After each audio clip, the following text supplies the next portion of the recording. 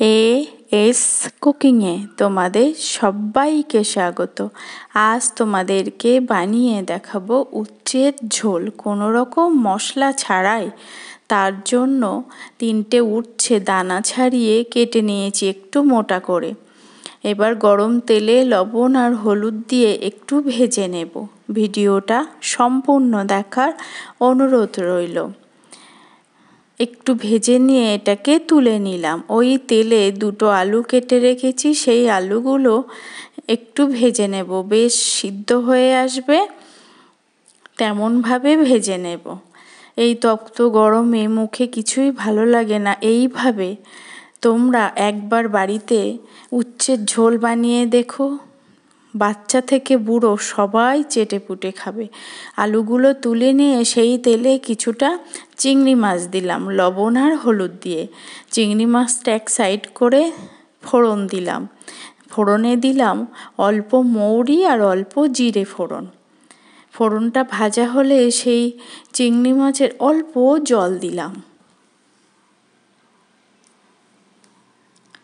অল্প জল দিয়ে এবার ভেজে রাখা উচ্ছে আর আলুটা দিলাম, দিয়ে সুন্দর করে একটু নাড়িয়ে চাড়িয়ে মিশিয়ে নেব।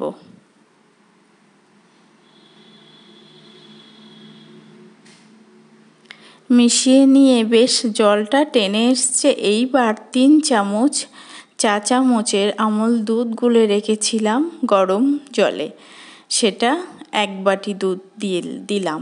3 চামচ মতো, তার বেশি না দেব। দিয়ে সুন্দর করে এটা ফুটিয়ে রান্না করে নেব। আলুটা পুরোপুরি সিদ্ধ হয়ে এসছে। 1-2টো আলু একটু গলিয়ে দেব। এবার দেব, যেহেতু তিতো, অল্প একটু চিনি দিয়ে ভালো করে চেখে নেব।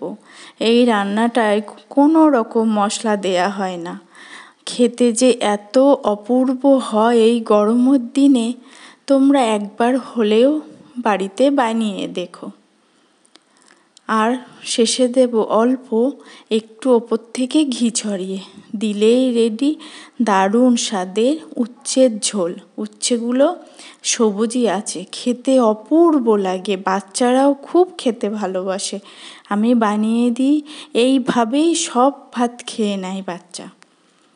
তোমরা একবার হলেও বানিয়ে দেখো আর কমেন্টে জানিও কেমন হলো। শেষে 2টো কাঁচা লঙ্কা দিলাম চেরা।